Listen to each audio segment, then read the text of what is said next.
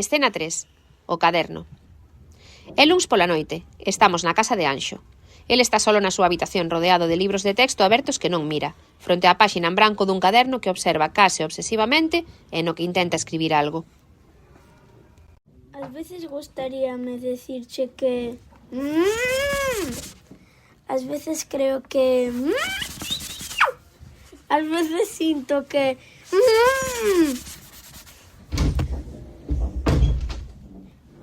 Que veñas a cear.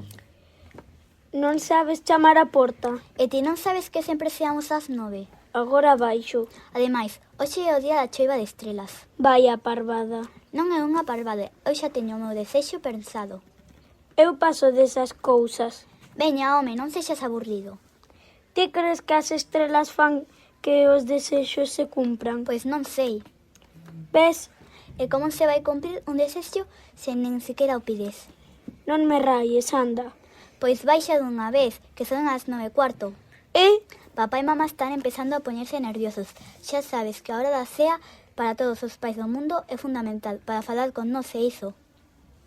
Que tal o cole? Ben, E que tal as clases? ben, E que fixestes hoxe? o de sempre. Non me extraña que teñan presa en que baixemos.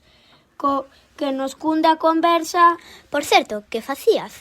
Nada. Xa, veña, baixa, que paso de contestar ao seu interrogatorio eu sola.